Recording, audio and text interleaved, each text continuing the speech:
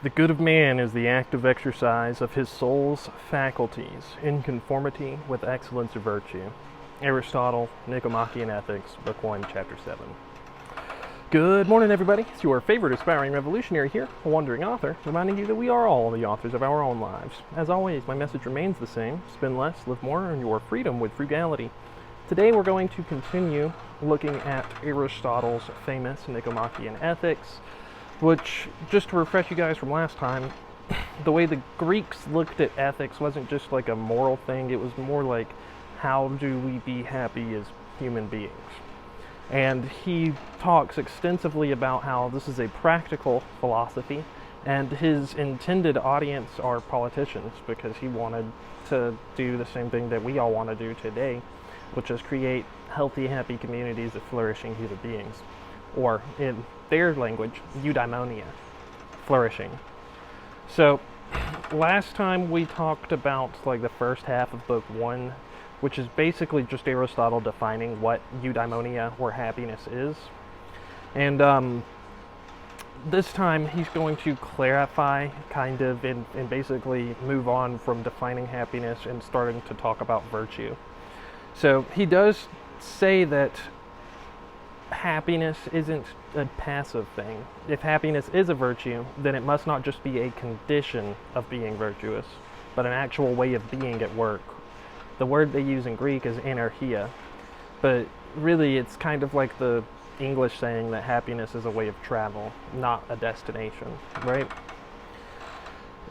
Aristotle also, he had a particularly strong quote. I mentioned this in my last video on this book, but he says, it is not the most beautiful or the strongest who are crowned at the Olympics, but those who compete. So you've got to be like an active participant in your life to really be happy. He goes on to say that, so it is those who act rightly who carry off the prizes and good things in life. The life of active virtue is essentially pleasant, for the feeling of pleasure is an activity of the soul. And then he clarifies that good people enjoy doing good things. The man who does not enjoy doing noble acts is not a good man at all. No one would call a man just if he did not like acting justly. Book 1, Chapter 8. So we've probably all seen people that do quote-unquote noble or good things based off of like what they think other people will think about them. Well, according to Aristotle, those people aren't good. They're just seeking attention, basically. He goes on to say that, and this right here was actually something that I thought was interesting. So I think a lot of people are familiar with like Diogenes. He's like the famous Greek philosopher that lived in a barrel, basically. Aristotle says that you do need external things to be happy, even if external things aren't enough or sufficient to be happy alone. And his reasoning is pretty straightforward, something I think people today could understand pretty easily, which is, for it is impossible, or at least not easy, to play a noble part unless furnished with the necessary equipment. So like, you can't really do a whole lot of good stuff if you're struggling to find your food, right? So he's not like against wealth. He actually thinks that having some external things is necessary to be a happy person. He goes on and has another quote. I think this is Book 9. Happiness does seem to require the addition of external prosperity, and this is why some people identify it with good fortune. Which, if you've been watching me for a while, you know that I am kind of against concentrated wealth. But I actually agree with Aristotle's basic philosophy here, which is that, if you're super poor, or you don't have any external prosperity, as he calls it, it's hard to do good things in your life. So he also goes on to talk about the natural ups and downs of life, which I think is a really poignant phrase. Like, everybody has had misfortune or fortunate periods in their life. And that's true even back in the ancient Greeks' times. So he says, that a truly great man is great even during times of misfortune. In Book 10 of Chapter 12, or Chapter 12, Section 10, yet nevertheless, even in adversity, nobility shines through. When a man endures repeated and severe misfortune with patience, not owing to insensibility, but from generosity and greatness of soul. So he's saying that really great men are going to bear like the bad misfortune at times in their life without it affecting them. So like people, if they're only pleasant or good whenever things are going good for them, they're not being good people. Pretty straightforward point, I think. Then he kind of closes the first book by discussing politics again and how true statesmen must study virtue. And he compares them, he asks the reader to compare him to the great legislators from Crete and Sparta. So he says the student of politics must study the nature of the soul. And then he starts to shift the discussion away from defining what happiness is, talking about virtue. And he divides virtue into two separate categories, intellectual and moral. In our discussions on Stoic philosophy, we actually went over the phronesis, which is like practical wisdom, and then sophrosine or sophia, which is like intellectual wisdom, like book knowledge. And then he compares those virtues with the virtue of character, moral habits, or like moral, basically like what kind of person you are, right? So for Aristotle at least, all virtues don't exist in a vacuum. They actually exist as the mean between two extremes. And one of his examples is with bravery. So somebody who runs away from stuff is a coward. I think we can all agree with that. But somebody who doesn't fear anything is brash, reckless. True bravery exists somewhere in the golden mean. And Aristotle's one of the first proponents of like those the middle ground type of theories, right? Now here's an interesting part, because so far we've kind of been intellectual, just kind of talking about the theory of all this stuff, but again, the Nichomachean Ethics is supposed to be like a practical book, at least according to Aristotle. And so he tells people that you develop virtue by acting virtuously, normally under the guidance of a teacher, but it's not like a requirement. And then he will close our analysis today by talking about the 3 criteria that a virtuous person's actions must meet. So for an action to be considered virtuous, according to Aristotle, they must be done knowingly. So they need to, like, you can't just accidentally be a good person. You've got to know what you're doing. If you do something good unintentionally, that doesn't mean that it's a bad action, but it's not enough to qualify yourself as a good person. Second, these actions and responses, they need to be chosen for their own sake. So again, like I mentioned earlier in this video, if somebody is choosing to do good stuff because of the social perception of like how other people are going to view them because of it, that's not a virtuous action. That's just attention seeking. If you choose a good action because it's a good action, that is enough to be considered virtuous. And then third, they need to be chosen according to a stable disposition. So it can't be something that you do on a whim. You need to be doing these things consistently. And if we remember last time, we talked about the way that you develop any virtue is by doing good stuff. So like if you act bravely, over time you will become brave. If you act kind, with consistency, over time you'll become a kind person. And so I've got quite a few takeaways for today. The first one, which is I think a message that everybody needs to hear, is that we can all learn how to be good people.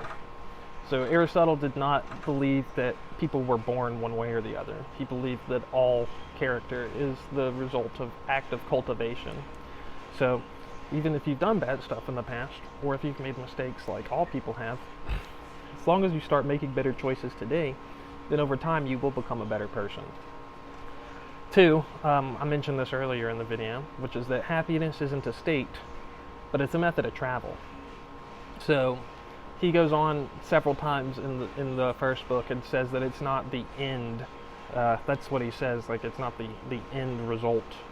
Happiness isn't a destination, it's how you get there. 3, happy people experience misfortune, but they overcome it. So even if you've had really bad stuff happen to you, doesn't mean that you can't be a happy person. And Aristotle devotes like an entire chapter of the first book to talking about how misfortune is actually a time where happy people, or eudaimonia, can shine through. So if you're a noble person, it's going to be even more evident whenever you're going through challenging times in your life. 4, virtue is an active choice. You can't be accidentally a good person. You've got to be knowingly a good person. And you need to choose it for its own sake. You can't choose it because of what the results might be for you personally. So that's attention seeking, or you're just seeking pleasure.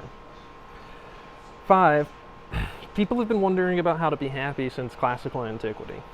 I know for myself as a child, I never really questioned it too much, but since I've become an adult, like an adult out of college, just in the world, it has occupied more and more of my thoughts. Like, how exactly do you live a life that's worth living? And, I mean, Aristotle's books got some pretty good answers, or at least some insights into it, in the same way the Bible does, the same way most religious texts do. But more than anything, what it does is it shows me that the smartest people in all of history have been worried about or thinking about this question since at least classical antiquity. So if you're like me and you question what does it mean to have a purposeful life, you're not alone. And then 5 or 6, my last takeaway for today, which is just that history's greatest minds were also preoccupied with how to create good communities. Throughout the first book, and I believe throughout the whole entire Nichomachean ethics, Aristotle continuously brings up statesmen, legislators, stuff that I wasn't expecting to read in a book by Aristotle, but that's like actually the whole point. He wants to encourage their leaders to be better leaders, basically. He says that very bluntly several times. So again, it's one of those things that makes me feel like, oh, well, I guess I'm not alone, at least in these. And then that's pretty much all I've got for us today as far as looking at the Nichomachean ethics. I will begin traveling sometime in the middle of this week, heading up towards Nashville to visit a friend of mine from before I was an adult. He plays drums, so we might be able to play some music together while I'm there. And then I'll be going up to Maine over the course of the rest of August. And then later this year, I'll be stationary a lot more. I do have to work and stuff. And once I'm done traveling in Maine, I've got to actually kind of figure out what my long-term plans are. Part of me would like to knock on doors again, at least part of the year. But I'm not sure that that's really what I want to do either.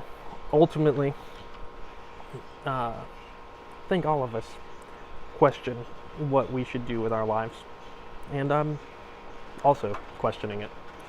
But hopefully this winter I will be able to at least finish up all of my blog posts. I'd like to get one done today, or at least finish up the blog posts I have about Lake Superior area.